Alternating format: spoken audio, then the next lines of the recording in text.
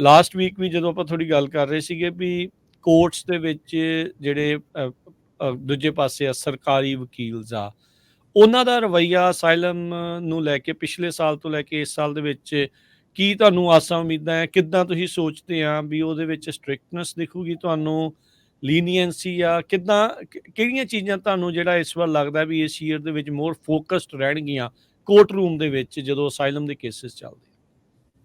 ਸੋ court room ਦੇ ਵਿੱਚ ਜਿਹੜਾ ਜੇ ਬੈਕਗਰਾਉਂਡ ਇਹਦੀ ਆਪਾਂ ਦੇਖੀਏ ਹੈ ਨਾ ਕਿ ਬੰਦੇ ਬਹੁਤ ਜ਼ਿਆਦਾ ਜਿਹੜੇ ਕੋਰਟ ਸਿਸਟਮ ਦੇ ਵਿੱਚ ਆ ਗਏ ਆ। ਸਿਰਫ ਪੰਜਾਬੀ ਹਰੇਕ ਕਮਿਊਨਿਟੀ ਦੇ ਹਰੇਕ ਦੇਸ਼ ਤੋਂ ਜਿਹੜੇ ਲੋਕੀ ਆ ਭਰ ਕੇ ਜਿਹੜੇ ਕਹਿ ਲਓ ਗੱਡੀਆਂ ਰਾਹੀਂ ਸ਼ਿਪਾਂ ਰਾਹੀਂ ਯੂ ਨੇਮ ਇਟ ਹੈ ਨਾ, ਹਰੇਕ ਦੇਸ਼ ਤੋਂ ਜਿਹੜਾ ਲੋਕੀ ਆਏ ਆ। ਕੋਵਿਡ ਨੇ ਕਾਫੀ ਜਿਹੜਾ ਸੀਗਾ ਦੁਨੀਆ ਦੇ ਵਿੱਚ ਲੋਕਾਂ ਦਾ ਆਰਥਿਕ ਢਾਂਚਾ ਵੀ ਜਿਹੜਾ ਤਬਾਹ ਕਰਤਾ ਸੀਗਾ। ਉਹਦੇ ਕਰਕੇ ਜਿਹੜਾ ਸਾਊਥ ਅਮਰੀਕਾ ਸੀਗਾ ਉਹਨਾਂ ਤੇ ਕੰਮਕਾਰ ਵੀ ਨਹੀਂ ਸੀਗਾ। ਬਿਲਕੁਲ। ਤੇ ਇਹਦੇ ਨਾਲ ਆਪਾਂ ਦੇਖਿਆ ਕਿ ਜਿਹੜੀ ਨੈਚੁਰਲ ਕਲੈਮਿਟੀ, ਅਰਥਕੁਏਕ, ਹਰੀਕੇਨ ਇੱਦਾਂ ਦੇ ਕਾਫੀ ਜਿਹੜੇ ਹੈ ਨਾ ਉਹਨਾਂ ਨੇ ਟੈਂਪਰੇਰੀ ਪ੍ਰੋਟੈਕਟਡ ਸਟੇਟਸ ਵੀ ਬੜੀ ਕੰਟਰੀਆਂ ਨੂੰ ਦਿੱਤੇ, ਐਕਸਟੈਂਡ ਕੀਤੇ। ਤੇ ਆਪਾਂ ਦੇਖਿਆ ਕਿ ਲੜਾਈਆਂ ਵੀ 2-3 ਜਿਹੜੇ ਮੁੱਖ ਦੇਸ਼ਾਂ 'ਚ ਇਹਨਾਂ ਦੇ ਅਫਗਾਨਿਸਤਾਨ, ਯੂਕਰੇਨ ਤੇ ਕਾਫੀ ਜਿਹੜੇ ਲੋਕੀ ਡਿਸਪਲੇਸ, ਜਿਹੜੇ ਲੱਖਾਂ ਦੀ ਗਿਣਤੀ ਦੇ ਵਿੱਚ ਜਿਹੜੇ ਲੋਕੀ ਜਿਹੜੇ ਡਿਸਪਲੇਸ ਹੋਏ ਸੀਗੇ ਹਨਾ। ਤੇ ਉਹਦੇ ਕਰਕੇ ਜਿਹੜਾ ਸੀਗਾ ਸਿਸਟਮ ਤੇ ਬੜਾ ਓਵਰਲੋਡ ਸੀਗਾ। ਅਸਾਈਲਮ ਆਫਿਸ ਜਿਹੜਾ ਸੀਗਾ ਉਹਦੀ ਤਾਂ ਤਰੀਕ ਕਹਿ ਲਓ ਕਦੀ ਤੁਹਾਨੂੰ ਹੁਣ ਸੁਣਨ ਨੂੰ ਨਹੀਂ ਮਿਲਦੀ ਤਰੀਕ ਉਹਦੀ ਆਂਦੀ ਹੋਵੇ। ਤੇ ਜੇ ਗੱਲ ਕਰੀਏ ਕਿ ਕੀ ਫਰਕ ਆਪਣਾ ਪਊਗਾ ਤੇ ਆਫ ਕੋਰਸ ਇਹ ਥੋੜਾ ਜਿਹਾ ਸਿਸਟਮ ਸਟ੍ਰਿਕਟ ਹੋਊਗਾ। ਜੱਜ ਥੋੜੇ ਜਿਹੇ ਹੋਰ ਇਰੀਟੇਟਡ ਰਹਿੰਦੇ ਆ। ਇੱਕ ਦਿਨ ਦੇ ਵਿੱਚ ਜਿਹੜਾ ਹਾਫ ਸੈਸ਼ਨ, ਇੱਕ ਦਿਨ ਦੇ ਵਿੱਚ ਜਿਹੜਾ ਸਵੇਰ ਜਿੱਦਾਂ ਇਹਨਾਂ ਦੇ 8:30 ਤੋਂ 12 ਵਜੇ ਤੱਕ ਪਹਿਲਾ ਸੈਸ਼ਨ ਹੁੰਦਾ ਕੋਰਟ ਦਾ, ਫਿਰ 1 ਘੰਟੇ ਦੀ ਲੰਚ ਬ੍ਰੇਕ ਹੁੰਦੀ ਆ, ਫਿਰ ਦੁਬਾਰਾ 1 ਵਜੇ ਮਿਲਦੇ ਆ ਤੇ 4-4:30 ਵਜੇ ਤੱਕ ਇਹ ਰਹਿੰਦੇ ਆ। ਉਹਦੇ ਵਿੱਚ ਹੁਣ ਕੀ ਹੈ ਕਿ ਇਹਨਾਂ ਨੇ 2-2 ਤਰੀਕਾਂ ਜਿਹੜੀਆਂ ਉਹ ਪਾਈਆਂ ਹੋਈਆਂ। ਪਹਿਲੇ ਸੈਸ਼ਨ ਦੇ ਵਿੱਚ 2 ਤਰੀਕਾਂ, ਦੂਜੇ 'ਚ 2 ਤਰੀਕਾਂ। ਤੇ ਜੱਜਾਂ ਦਾ ਇਹ ਹੁੰਦਾ ਕਿ 2-2 ਕੇਸ ਘੱਟੋ ਘੱਟ ਨਿਪਟਾਰਾ ਜਿਹੜਾ ਕਰਕੇ ਜਾਈਏ। ਤੇ ਕਈ ਵਾਰੀ ਤੇ ਜ਼ਿਆਦਾ ਵੀ ਉਹਨਾਂ ਨੇ ਤਰੀਕਾਂ, ਜਿੱਦਾਂ 3-3 4-4 ਵੀ ਕਈ ਜੱਜਾਂ ਦਾ ਹਿਸਾਬ ਕਿਤਾਬ ਲਗਾਈਏ ਤਾਂ ਪਾਈਆਂ ਜਿਹੜੀਆਂ ਹੁੰਦੀਆਂ। ਤੇ ਉਹਨਾਂ ਨੂੰ ਪੀਡੀ ਕਾਫੀ ਜ਼ਿਆਦਾ, ਕਈ ਨੂੰ ਸਰਕਾਰੀ ਵਕੀਲਾਂ ਨੇ ਇਹੀ ਹੈ ਕਿ ਪੀਡੀ ਆਫਰ ਆ, ਕਈ ਵਾਰੀ ਉਹ ਕਰ ਦਿੰਦੇ ਆ, ਕਈ ਵਾਰੀ ਧੱਕੇ ਨਾਲ ਪੀਡੀ ਜਿਹੜੀ ਆ ਉਹ ਦੇ ਦਿੰਦੇ ਆ। ਠੀਕ ਹੈ। ਜੱਜ ਜਿਹੜੇ ਆ ਉਹ ਵੀ ਹੁਣ ਜ਼ਿਆਦਾਤਰ ਸਰਕਾਰੀ ਵਕੀਲ ਨਾਲ ਅਗਰੀ ਕਰਦੇ ਆ ਕਈ ਕੇਸਾਂ ਦੇ ਵਿੱਚ। ਤੇ ਕਈ ਕੇਸਾਂ ਦੇ ਵਿੱਚ ਜਿਹੜਾ ਜੇ ਟਾਈਮ ਜ਼ਿਆਦਾ ਹੋ ਗਿਆ ਜਾਂ ਪਰਿਵਾਰ ਪਿੱਛੇ ਇੰਡੀਆ ਦੇ ਵਿੱਚ ਆ ਜਾਂ ਅਸਾਈਲਮ ਆਫਿਸ ਤੋਂ ਜਿਹੜੇ ਕੇਸ ਥੱਲੋਂ ਦੀ ਉੱਪਰ ਗਏ ਆ, ਉਹਨਾਂ ਦੇ ਵਿੱਚ ਜਿਹੜੇ ਆ ਪੀਡੀ ਨਹੀਂ ਜੱਜ ਕਈ ਵਾਰੀ ਦਿੰਦੇ।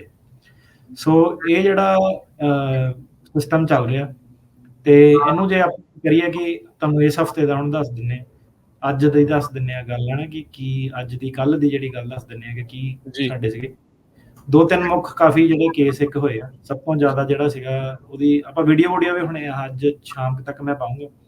ਇੱਕ ਕੇਸ ਸੀਗਾ ਜਿਹੜਾ ਜੱਜ ਕਰਟਿਸ ਪੀਅਰਸ ਇੱਥੇ ਆਪਣੇ ਸੈਨ ਫਰਾਂਸਿਸਕੋ ਦੇ ਵਿੱਚ ਆ। ਠੀਕ ਹੈ। ਉਹਨਾਂ ਨੇ ਸਾਡਾ ਇੱਕ ਪਿਛਲੇ ਹਫਤੇ ਕੇਸ ਕੀਤਾ ਰਿਲੀਫ ਗ੍ਰਾਂਟ, ਇੱਕ ਉਹਨਾਂ ਨੇ ਕੀਤਾ ਅੱਜ। ਤੇ ਮੈਨੂੰ ਉਹਨਾਂ ਨੇ ਮੂੰਹ ਆਪਣੇ ਕਿਹਾ, ਕਹਿੰਦੇ ਪੰਜਾਬੀ ਕੇਸ ਆ, ਕਹਿੰਦੇ ਮੈਨੂੰ ਪਤਾ ਮੈਂ ਹਾਰਸ਼ ਬਹੁਤ ਆ, ਜ਼ਿਆਦਾਤਰ ਕਹਿੰਦੇ ਮੈਂ ਪੀਡੀ ਜਾਂ ਡਿਸਮਿਸਲ ਦਿੰਦਾ। ਤੇ ਕਹਿੰਦੇ ਇਹ ਕਰਕੇ ਜਿਹੜੇ ਰਿਲੀਫ ਗ੍ਰਾਂਟ ਨਹੀਂ ਹੁੰਦੇ ਸਵਾਲ ਵੀ ਮੈਂ ਬਾਹਲੇ ਪੁੱਛਦਾ। ਤੇ ਕਹਿੰਦਾ ਕਮਿਊਨਿਟੀ ਜਿਹੜੀ ਪੰਜਾਬੀ ਹੈ ਨਾ, ਕਹਿੰਦਾ ਮੇਰੇ ਕੋਰਟ ਚੋਂ ਕਹਿੰਦਾ ਬੰਦੇ ਭੱਜਦੇ ਬੜੇ ਆ, ਕਿਉਂਕਿ ਆਫ ਕੋਰਸ ਤੁਸੀਂ ਇਕੱਲੇ ਨਹੀਂ, ਕਾਫੀ ਜਿੱਦਾਂ ਕੇਸ ਆ, ਕਹਿੰਦਾ ਵਕੀਲ ਕਾਫੀ ਕਹਿੰਦਾ ਕੇਸ ਜਿਹੜੇ ਕਹਿੰਦਾ ਮੂਵ ਕਰਾ ਰਹੇ ਆ। ਠੀਕ ਹੈ। ਤੇ ਉਹਦੇ ਜਿਹੜਾ ਕੇਸ ਸੀਗਾ ਉਹ ਅੱਜ ਇੱਕ ਗ੍ਰਾਂਟ ਸੀਗਾ। ਤੇ ਆਹੀ ਜਿਹੜਾ ਤੁਸੀਂ ਦੱਸਦੇ ਆ ਕਿ ਸਿਸਟਮ ਦੀ ਜੇ ਗੱਲ ਕਰੀਏ, ਇੱਕ ਪਿਛਲੇ ਹਫਤੇ ਆਪਾਂ ਗੱਲ ਕੀਤੀ ਸੀਗੀ, ਕੇਸ ਇੱਕ ਸੀਗਾ ਉਹਦੇ ਵਿੱਚ ਕਿਸੇ ਦੀ ਜਿਹੜੀ ਗਰਲਫ੍ਰੈਂਡ ਫਿਆਂਸੇ ਸੀਗੀ, ਉਹਨਾਂ ਕੋਈ ਲੜਾਈ ਝਗੜਾ ਹੋ ਗਿਆ ਸੀਗਾ।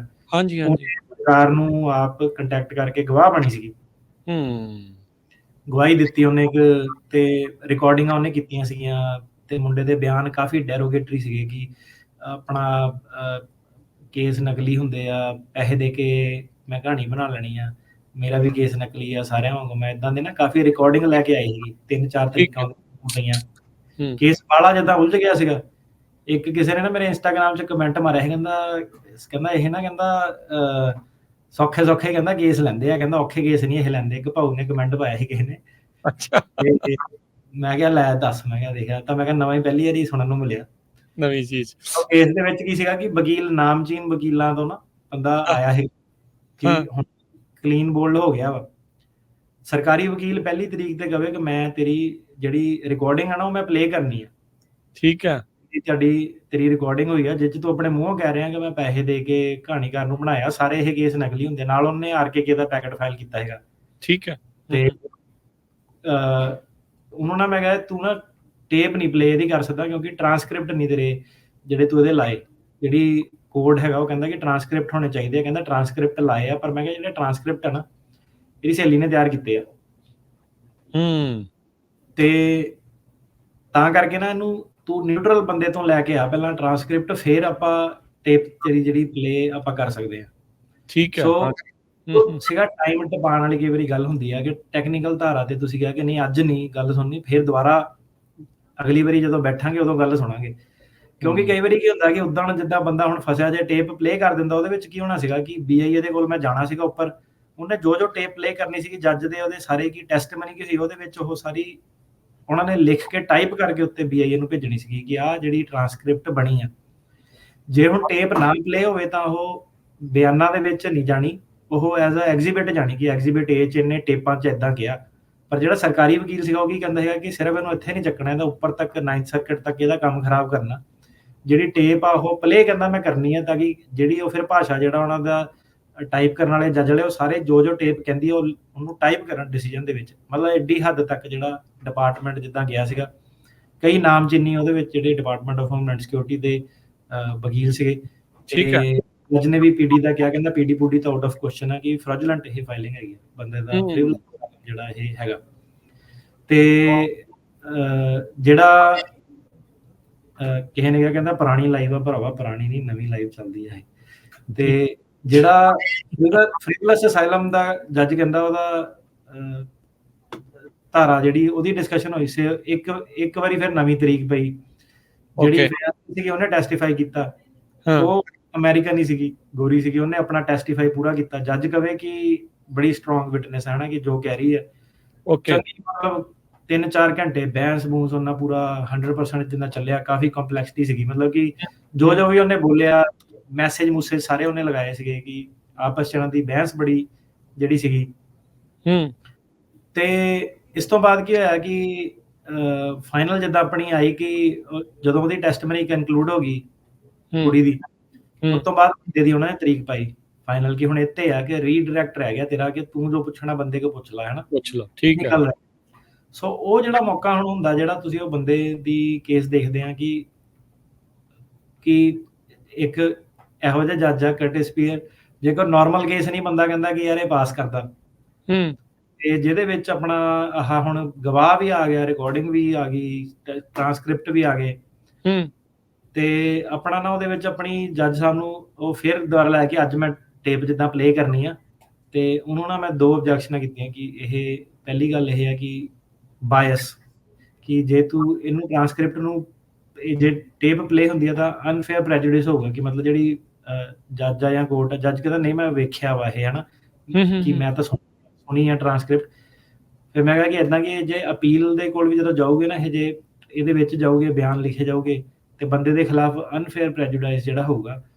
ਤੇ ਦੂਸਰੀ ਗੱਲ ਇਹ ਹੈ ਕਿ ਇਹਨੇ ਨਵਾਂ ਵਿਆਹ ਜਿਹੜਾ ਕਰਾਇਆ, ਇਹਦੇ ਫੈਮਿਲੀ ਵਾਈਫ ਤੇ ਬੱਚੇ ਆ, ਤੇ ਜਿਹੜਾ ਕੇਸ ਲਾਅ ਹੈਗਾ ਮੈਟਰ ਆਫ ਕਰਨਾਡੋ ਐਸੀਵੇਦੋ, ਉਹਦੇ ਥੱਲੇ ਜਿਹੜਾ ਕੇਸ ਲਾਅ ਕੀ ਕਹਿੰਦਾ ਹੈਗਾ ਕਿ ਸਾਨੂੰ ਸਰਕਾਰੀ ਵਕੀਲ ਦੀ ਪਰਮਿਸ਼ਨ ਦੀ ਲੋੜ ਨਹੀਂ ਹੈਗੀ ਕਿ ਇਹ PD ਲਈ ਹਾਂ ਕਰਦਾ ਕਿ ਨਹੀਂ ਹਾਂ ਕਰਦਾ ਹੈਗਾ।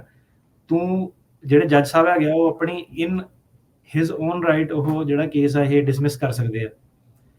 ਤੇ ਉਹਦੇ ਉੱਤੇ ਮਤਲਬ ਸਾਰਾ ਦਿਨ ਉਦੋਂ ਜਿਹੜਾ ਬੰਦੇ ਦੇ ਬਿਆਨ ਹੋਣੇ ਸੀਗੇ, ਪਰ ਜਿਹੜੀ ਸਾਰੀ ਬਹਿਸ ਆ ਉਹ ਆਪਾਂ ਫੋਕਸ ਕਰਤੀ ਕਿ ਕਰਨਾਡੋ ਐਸੀਵੇਦੋ ਥੱਲੇ ਸਾਡਾ ਜਿਹੜਾ ਹੱਕ ਬਣਦਾ ਕਿ ਆਪਾਂ ਓਰਲ ਮੋਸ਼ਨ ਲੈ ਕੇ ਆ ਸਕਦੇ ਹਾਂ, ਕੇਸ ਇਹਦਾ ਜਿਹੜਾ ਡਿਸਮਿਸ ਹੋ ਸਕਦਾ। ਸੋ ਜੱਜ ਸਾਹਿਬ ਨੇ ਕਿਹਾ ਕਿ ਨਹੀਂ ਆਪਣਾ ਮੈਂ ਡਿਸਮਿਸ ਤਾਂ ਨਹੀਂ ਕਰਨਾ ਕਿਉਂਕਿ ਸੀਰੀਅਸ ਐਲੀਗੇਸ਼ਨ ਬੜੇ ਗੰਭੀਰ ਹੈ, ਮੈਂ ਐਡਮਿਨ ਕਲੋਜ਼ ਇਹਦਾ ਕਰ ਸਕਦਾ।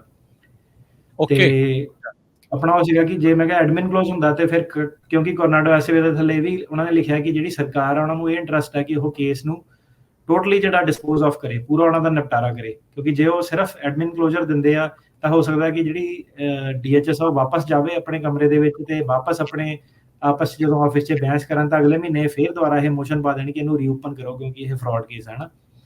ਤੇ ਜਿਹੜਾ ਕਰਨਾਡੋ ਐਸੀਵੇਦੋ ਦੇ ਬੇਸ ਤੇ ਜਿਹੜਾ ਕੇਸ ਆ, ਜੇ ਆਪਾਂ ਇੱਕ ਸਹੀ ਫੈਸਲਾ ਲੈਣਾ ਤਾਂ ਸਹੀ ਫੈਸਲਾ ਇਹ ਹੈ ਕਿ ਕੇਸ ਨੂੰ ਪੂਰਾ ਡਿਸਮਿਸ ਹੋਣਾ ਚਾਹੀਦਾ। ਤੇ ਸਾਡੇ ਮੈਰਿਟਸ ਇਹਦੇ ਵਿੱਚ ਇਹ ਹੈ ਕਿ ਜੇ ਤੁਸੀਂ ਇਹਦਾ ਕੇਸ ਡਿਨਾਈ ਕਰਦੇ ਹੋ, ਉੱਪਰ ਅਪੀਲ ਦੇ ਵਿੱਚ ਜਾਂਦੇ ਆ, ਤਾਂ ਮੈਂ ਜਿਹੜੀ ਅਪੀਲ ਆ ਉਹ ਮੈਂ ਇਹ ਕਰੂੰਗਾ ਕਿ ਜਿਹੜਾ ਵਿਟਨੈਸ ਆ, ਇੱਕ ਉਹ ਬਾਇਸ ਵਿਟਨੈਸ ਸੀਗਾ ਕਿ ਇਹਦਾ ਰਿਲੇਸ਼ਨਸ਼ਿਪ ਸੀਗਾ, ਇਹ ਸਾਰਾ ਸੀਗਾ। ਤੇ ਸਵਾਲ ਮੈਂ ਐਪੀਲੇਟ ਕੋਰਟ ਦੇ ਵਿੱਚ ਜਾ ਕੇ, BIA ਦੇ ਵਿੱਚ ਜਾ ਕੇ, 9th ਸਰਕਿਟ ਦੇ ਵਿੱਚ ਜਾ ਕੇ ਮੈਂ ਇਹ ਸਵਾਲ ਕਰੂੰਗਾ ਕਿ ਕੋਰਟ ਇੱਕ ਇਹ ਵਿਟਨੈਸ ਦੇ ਉੱਤੇ ਰਿਲਾਈ ਕਰ ਸਕਦਾ ਜਿਹੜਾ ਕਿ ਆਪ ਝੂਠਾ ਵਾ, ਜਾਂ ਜਿੱਤੇ ਸਾਨੂੰ ਸ਼ੱਕ ਆ ਕਿ ਉਹ ਝੂਠ ਬੋਲ ਸਕਦਾ, ਤੇ ਦੂਜਾ ਉਹਦਾ ਆਪਣਾ ਇਹਦੇ ਵਿੱਚ ਬਾਇਸ ਆ, ਇੰਟਰਸਟ ਹੈਗਾ, ਬਹੁਤ ਜ਼ਿਆਦਾ ਕੌਨਫਲਿਕਟ, ਮੈਂ ਜਿਹੜਾ ਹੂੰ ਕਨਫਲਿਕਟ ਆਫ ਇੰਟਰਸਟ ਹੈਗਾ। ਤੇ ਉਹਦੇ ਵਿੱਚ ਉਹਨੇ ਪਹਿਲਾਂ ਬੰਦੇ ਦੇ ਸਪੋਰਟ ਦੇ ਵਿੱਚ ਲੈਟਰ ਐਫੀਡੇਵਿਟ ਲਾਏ ਸੀ, ਬਾਅਦ ਚ ਉਹ ਮੁੱਕਰ ਗਈ ਸੀ। ਤੇ ਸਵਾਲ ਇਹ ਹੈ ਕਿ ਜਿਹੜੇ ਬੰਦੇ ਨੇ ਖੁਦ ਲਗਾਏ ਆ, ਕਿ ਜਿਹੜਾ ਖੁਦ ਆਪ ਕਹਿ ਰਿਹਾ ਕਿ ਪਹਿਲਾਂ ਮੈਂ ਗਲਤ ਲਾਇਆ, ਜਿਹਨੇ ਆਪਣੇ ਆਪ ਨੂੰ ਪਹਿਲਾਂ ਹੀ ਪਰਜਰ ਕਰਤਾ, ਕਿ ਆਪਾਂ ਉਹਦੀ ਗੱਲ ਮੰਨ ਸਕਦੇ ਆ ਕਿ ਨਹੀਂ ਮੰਨ ਸਕਦੇ? ਉਹਨੇ ਝੂਠ ਤਾਂ ਪਹਿਲਾਂ ਹੀ ਬੋਲ ਲਿਆ ਫਿਰ। ਮੈਂ ਕਿਹਾ ਇਮੀਗ੍ਰੇਸ਼ਨ ਤੋਂ ਵੱਧ ਜਾ ਕੇ ਮੁੱਦਾ ਜਿਹੜਾ ਹੋ ਜਾਣਾ, ਤੇ ਮੋਸਟ ਲਾਈਕਲੀ ਜਿਹੜਾ ਚਾਂਸ ਹੈਗਾ ਉਹ ਹੈਗਾ ਕਿ ਤੁਸੀਂ ਕੋਰਟ ਦੇ ਵਿੱਚ ਇਹਦੇ ਅਗੇਂਸਟ ਕਰੋਗੇ, ਮੈਂ ਫਿਰ ਅਪੀਲ ਦੇ ਵਿੱਚ ਉੱਪਰ ਜਾਊਂਗਾ, ਉੱਥੇ ਜਾ ਕੇ ਫਿਰ ਇਹ BIA ਤੁਹਾਡੇ ਨਾਲ ਐਗਰੀ ਕਰੂਗੀ, ਕਿਉਂਕਿ ਉਹ ਸਰਕਾਰੀ ਏਜੰਸੀ ਹੈ, ਵਾਸ਼ਿੰਗਟਨ DC ਦੇ ਵਿੱਚ ਆ, ਉਹ ਵੀ ਤੁਹਾਡੇ ਕੋਰਟ ਦੇ ਸਰਕਾਰੀ ਵਕੀਲ ਦੇ ਫੇਵਰ 'ਚ ਦਊਗੀ। ਫਿਰ ਮੈਂ 9th ਸਰਕਿਟ ਜਾਊਂਗਾ, ਪਰ ਤੁਸੀਂ 9th ਸਰਕਿਟ 'ਚ ਜਾ ਕੇ ਨਹੀਂ ਜਿੱਤ ਸਕਦੇ, ਕਿਉਂਕਿ ਆਹ ਕੇਸ ਲਾਅ ਕਹਿੰਦਾ ਹੈਗਾ ਕਿ ਜਿਹੜਾ ਆਲਰੇਡੀ ਵਿਟਨੈਸ ਹੈਗਾ, ਉਹਨੇ ਪਰਜਰੀ ਕਰਤੀ, ਝੂਠ ਬੋਲ ਦਿੱਤਾ ਹੈਗਾ, ਉਹ ਇੱਕ ਅਨਰਿਲਾਇਬਲ ਵਿਟਨੈਸ ਹੈਗਾ, ਉਹਦੀ ਗੱਲ ਦੇ ਬੇਸ ਤੇ ਆਪਾਂ ਇਹ ਕਨਕਲੂਡ ਨਹੀਂ ਕਰ ਸਕਦੇ ਕਿ ਜਿਹੜਾ ਇਹ ਬੰਦਾ ਉਹ ਕਹਿ ਰਿਹਾ ਕਿ ਝੂਠ ਆ, ਮਤਲਬ ਉਹਦਾ ਬੋਲੀ ਹੋਈ ਹਰ ਗੱਲ ਜਿਹੜੀ ਉਹ ਸ਼ੱਕ ਦੇ ਘੇਰੇ 'ਚ ਹੀ ਰਹੂਗੀ ਜੀ। ਤੇ ਉਸ ਤੋਂ ਬਾਅਦ ਜਿਹੜਾ ਜੱਜ ਸਾਹਿਬ ਨੇ ਬ੍ਰੇਕ ਲਈ ਐਕਚੁਅਲੀ, ਕਿ ਫਿਰ ਦੁਬਾਰਾ ਵਾਪਸ ਆਏ, ਤੇ ਆ ਕੇ ਉਹਨਾਂ ਨੇ ਨਾ ਸਰਕਾਰੀ ਵਕੀਲ ਦੀ ਆਬਜੈਕਸ਼ਨ ਦੇ ਉੱਤੇ ਜਿਹੜਾ ਸੀਗਾ ਕਿ ਆਪਣਾ ਮਨ ਬਦਲ ਲਿਆ, ਉਹਨਾਂ ਕਿ ਮੈਂ ਡਿਸਮਿਸ ਕਰਨਾ ਕੇਸ, ਮੈਂ ਇਕੱਲਾ PD ਪ੍ਰੋਸੀਕਿਊਟਰ, ਮੈਂ ਐਡਮਿਨ ਕਲੋਜ਼ ਨਹੀਂ ਕਰਨਾ, ਮੈਂ ਕੇਸ ਜਿਹੜਾ ਇਹਦਾ ਡਿਸਮਿਸ ਕਰ ਦੇਣਾ। ਉਸ ਤੋਂ ਬਾਅਦ ਜੱਜ ਸਾਹਿਬ ਨੇ ਕੋਈ ਡਿਸਮਿਸ, ਤੇ ਉਸ ਤੋਂ ਬਾਅਦ ਵੀ ਅੱਧਾ ਘੰਟਾ ਇਸੇ ਬੇਸ ਤੇ ਜਿਹੜੀ ਗੱਲਬਾਤ ਚੱਲੀ ਕਿ ਕੇਸ ਆ ਕੀ ਹੁੰਦੇ ਆ, ਇੰਡੀਅਨ ਕੇਸ ਕੀ ਹੁੰਦੇ ਆ, ਤੇ ਜੱਜ ਸਾਹਿਬ ਨੇ ਔਨ ਰਿਕਾਰਡ ਕਹਿੰਦੇ ਕਿ ਜਿਹੜੇ ਇੰਡੀਅਨ ਕੇਸ ਆ ਨਾ, ਕਹਿੰਦੇ ਮੈਂ ਬਹੁਤ ਸਟ੍ਰਿਕਟ ਆ ਇੱਦਾਂ, ਕਿਉਂਕਿ ਕਾਫੀ ਸਾਰੇ ਜਿਹੜੇ ਇਹਦੇ ਵਿੱਚ ਫਰਾਡ ਬਹੁਤ ਜ਼ਿਆਦਾ ਜਿਹੜੇ ਕੇਸਾਂ ਦੇ ਵਿੱਚ ਹੈਗਾ। ਤੇ ਇਹ ਫਿਰ ਹਾਂਜੀ ਉਹ ਕਹਿੰਦੇ ਕਿ ਜਿਹੜਾ ਇਹ ਵਾਲਾ ਕੇਸ ਹੈ ਨਾ, ਕਹਿੰਦੇ ਮੈਂ ਆਪਣੇ ਕੋਲੀਗ ਦਾ ਨਾਂ ਨਹੀਂ ਲੈਣਾ, ਪਰ ਕਹਿੰਦੇ ਜਿਹੜਾ ਮੇਰਾ ਕੋਲੀਗ ਆ, ਫਰੈਂਡ ਵੀ ਆ, ਕਹਿੰਦੇ ਉਹਨਾਂ ਨੇ ਨਾ, ਕਹਿੰਦਾ ਜੱਜ ਹੋਰ ਕਿਸੇ ਨੇ ਕਹਿੰਦਾ ਡਿਸਮਿਸ, ਕਹਿੰਦਾ ਤੈਨੂੰ ਗ੍ਰਾਂਟ ਨਹੀਂ ਜਿਹੜਾ ਕਰਨਾ ਸੀਗਾ। ਤੇ ਐਂਡ ਵਾਲੇ ਮੌਕੇ ਤੱਕ ਉਹਨੇ, ਜੱਜ ਸਾਹਿਬ ਨੇ ਇਹੀ ਕਿਹਾ ਕਿ ਇਹ ਜਿਹੜਾ ਕੇਸ ਹੈ ਨਾ, ਤੇ ਕਹਿੰਦਾ ਡਿਸਮਿਸਲ ਕਹਿੰਦਾ ਮੈਂ ਗ੍ਰਾਂਟ ਕਰ ਦਿੱਤਾ, ਪਰ ਕਹਿੰਦਾ ਮਿਸਟਰ ਟੇਰਕੀਆਨਾ, ਕਹਿੰਦਾ ਜਿਹੜੀ ਉਹਦੀ ਫੋਨ ਦੀ ਰਿਕਾਰਡਿੰਗ ਹੈ ਨਾ, ਕਹਿੰਦਾ ਮੈਂ ਖੁਦ ਜਿਹੜੀ ਸੁਣੀ ਆ, ਕਹਿੰਦਾ ਇਟ ਵਾਸ ਕਹਿੰਦਾ ਵੈਰੀ ਡੈਮੇਜਿੰਗ, ਤੇ ਕਹਿੰਦਾ ਦਿਸ ਇਜ਼ ਕਹਿੰਦਾ ਵੈਰੀ ਰੇਅਰ। ਤੇ ਇਹ ਸੀਗੇ ਜੱਜ ਆਪਣੇ ਕਰਟਿਸ ਪੀਅਰਸ। ਤੇ ਫਿਰ ਆਪਣਾ ਜਿਹੜਾ ਅੱਜ ਕੇਸ ਸੀਗਾ, ਅੱਜ ਦੇ ਕੇਸ ਦੇ ਵੀ ਬੜੇ ਇਦਾਂ ਦੇ ਯੂਨੀਕ ਪਹਿਲੂ ਸੀਗੇ, ਵੀਡੀਓ ਆਊਗੀ, ਉਹ ਤੁਹਾਨੂੰ ਆਪ ਵੇਖ ਕੇ ਪਤਾ ਲੱਗ ਜਾਣਾ ਕੀ ਬੰਦਾ ਕਹਿ ਰਿਹਾ। ਤੇ ਉਹਨਾਂ ਨੇ ਫਿਰ ਉਹੀ ਕਿਹਾ, ਕਹਿੰਦੇ ਤੇਰਾ ਕਹਿੰਦੇ ਗੁੱਡ ਫॉर ਯੂ, ਕਹਿੰਦੇ ਲਾਸਟ ਕਹਿੰਦੇ ਵੀਕ ਵਾਲੇ ਵੀ, ਤੇ ਕਹਿੰਦਾ ਹੁਣ ਵੀ, ਤੇ ਕਹਿੰਦਾ ਮੇਰੇ ਕੋ ਕਹਿੰਦਾ ਜਿਹੜੇ ਜੱਜ ਸਾਹਿਬ ਕਹਿੰਦੇ ਕਿ ਲੋਕੀ ਕਹਿੰਦਾ ਚੇਂਜ ਆਫ ਵੈਨਿਊ ਕਹਿੰਦਾ ਟ੍ਰਾਂਸਫਰ ਕਰਾ ਰਹੇ ਆ ਦੂਜੇ ਕੋਰਟਾਂ ਦੇ ਵਿੱਚ, ਕਿਉਂਕਿ ਉਹਨਾਂ ਨੂੰ ਪਤਾ ਕਿ ਇਹ ਕਹਿੰਦਾ ਫੇਵਰੇਬਲ ਜੱਜ ਨਹੀਂ ਆ।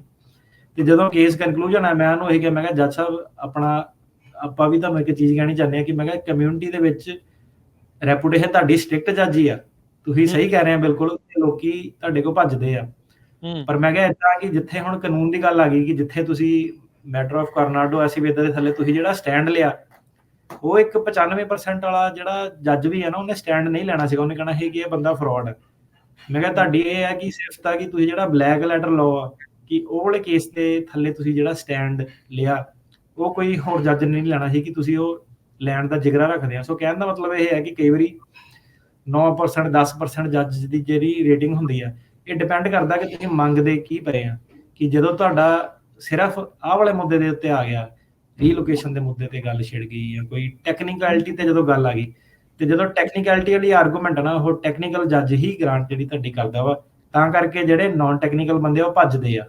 ਠੀਕ ਆ, ਪੈਰਾਲੀਗਲ ਪੂਰਾ ਲੀਗਲ ਜਿਹੜੇ ਘੱਟ ਆ, ਇਹਨਾਂ ਦੇ ਪੱਲੇ ਕੱਖ ਨਹੀਂ ਹੈ। ਇੱਕ ਪਾਸੇ ਇਮੋਸ਼ਨਸ ਆ ਜਾਂਦੇ, ਇੱਕ ਪਾਸੇ ਲਾਅ ਆ ਜਾਂਦਾ ਆ, ਤੇ ਜਿਹੜਾ ਇਦਾਂ ਦਾ ਜੱਜ ਜਿੱਦਾਂ ਤੁਸੀਂ ਦੱਸ ਰਹੇ ਆ ਵੀ ਉਹ ਫਿਰ ਲਾਅ ਦੀਆਂ ਐਨਕਾਂ ਦੇ ਨਾਲ ਹੀ ਸਭ ਕੁਝ ਦੇਖਦਾ ਆ, ਇਮੋਸ਼ਨਲੀ ਵੀ ਚਲੋ ਹੁੰਦਾ ਹੋਊਗਾ, ਪਰ ਉਹ ਫਿਰ ਜ਼ਿਆਦਾ ਉਸ ਦੇ ਆਧਾਰ ਦੇ ਉੱਤੇ। ਤੁਸੀਂ ਕਈ ਵਾਰੀ ਆਪ ਤਾਂ ਦੱਸਿਆ ਆ ਵੀ ਕਈ ਜਿਹੜੇ ਜੱਜ ਉਹ ਇੱਥੋਂ ਤੱਕ ਵੀ ਕਹਿ ਦਿੰਦੇ ਆ ਵੀ ਮੈਨੂੰ ਲੱਗਦਾ ਤੇ ਇਸ ਪੂਰੇ ਕੇਸ ਦੇ ਵਿੱਚ ਕਿਤੇ ਨਾ ਕਿਤੇ ਸ਼ੱਕ ਵੀ ਆ, ਪਰ ਲਾਅ ਮੈਨੂੰ ਕਹਿੰਦਾ ਵੀ ਇਸ ਨੂੰ ਪਾਸ ਕਰਨਾ ਆ, ਵੀ ਇਸ ਦੇ ਹੱਕ ਦੇ ਵਿੱਚ ਜਾਂਦਾ ਆ।